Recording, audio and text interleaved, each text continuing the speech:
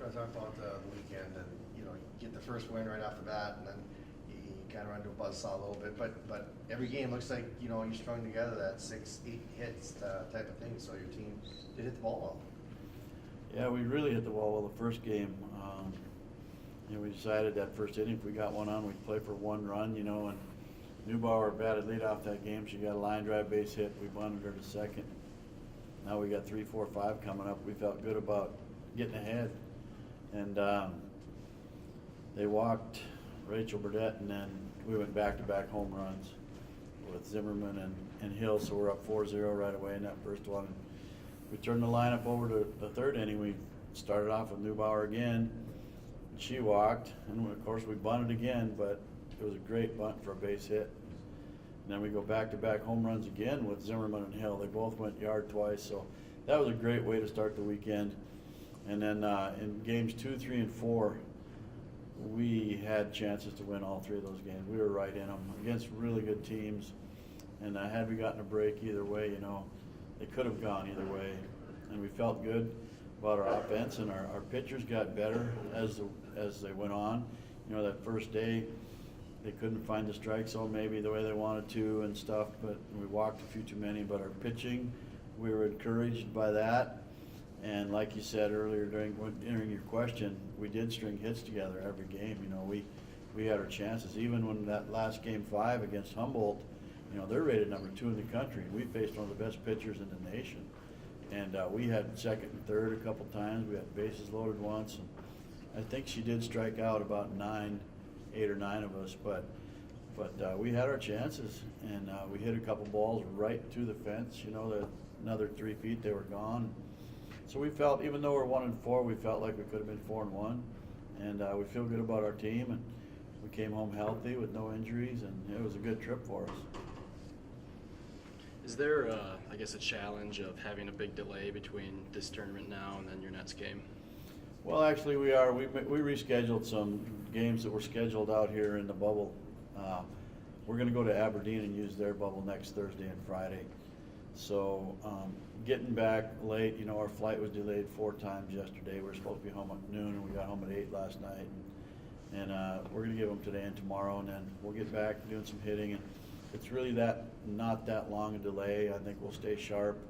Our players work really hard in the batting cages, and our pitchers, you know, they're on their program, and I think we'll be okay. Come next Thursday, we're going to leave Wednesday evening and go to Aberdeen, and we'll be playing Black Hills twice and Moorhead and Crookston once each down there in Presentation College's dome. So it's not that long a layoff, but I wish we could play 3-4 games each week. But next year we'll have that going with with our facilities that are going up here and stuff. So I hope the layoff doesn't hurt us. So 10 days isn't that much. How much are you looking forward to this early look at conference opponents, and I guess how does the competition level compare between this trip you have coming up next week and who you just saw in Vegas?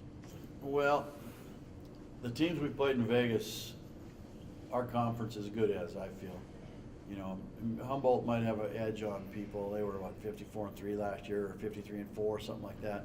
They were in the national championships, but our conference is loaded. And I got a chance to watch University of Mary down in Vegas for a few innings. I watched Augustana. I watched Sioux Falls, and our league is really good. And it's just like any other sport in this conference. If it's women's basketball or if it's volleyball or fast pitch softball, it's a really good athletic conference. But I think we've made some strides where we were a little bit weak last year. We've made improvement. Our outfield is really fast and does a good job. You know, Zimmerman behind the plate is the real deal. She's a good catcher and a great stick in that 4-hole. So I think we've gotten better. So hopefully we've made up some ground in the Northern Sun.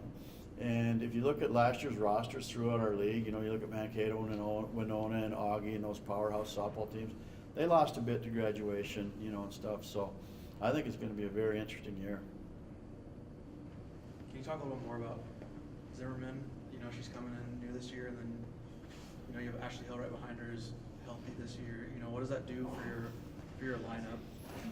it does a lot. I'm telling you what, you can't pitch around her either. You can't pitch around Zimmerman. She's got good power.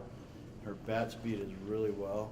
She's selective, hits the ball real hard. Her exit speed off the bat is unbelievable. And Ashley Hill protecting her. And then you've got a pretty good 6-hole hitter, whether you use Isis Cabral or Reese Ramirez there, it doesn't matter. So they've got protection. But then the beneficiary person of all this might be Rachel Burdett in the 3-hole. You know, if she's going to get to see a lot of pitches, they're not going to want to put her on and get to Zimmerman. So it kind of has an effect. It's almost a real good lineup because we've got such great speed at the top. I feel Jordan Grant might be the fastest player in the nation, D2, home to home. She can scoot. If she gets a bunt down, she's there. And then our 2-hole, we've been kind of trying to fill that out as coaches. We don't really know who we're going to go on in that hole. Lauren Cowden can go there, and she's done a nice job because she's left-handed with some speed and can bunt. So, but we haven't really decided on that person yet. But Zimmerman in the 4-hole, and you also have the luxury of if Zimmerman is really struggling a little bit, you can move Ashley Hill to 4 some weekend and Zimmerman 5, or Zimmerman 3, Hill 4, Burdett 5.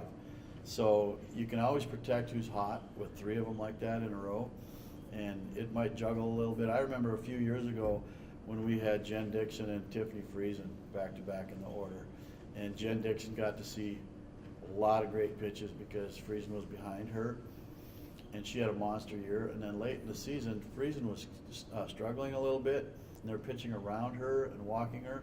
So we flipped it, and we put Friesen in front of Dixon, and all of a sudden, boom, boom, boom. They didn't want to get to Dixon. And Friesen came out of it and had like 15, 17 home runs. And so having 3 of them in a row like that is a luxury for a coach, and that's kind of what we're counting on. Just pray that they can all stay healthy because injuries have really bitten us the last few years. But it's a luxury having Tori in that 4-hole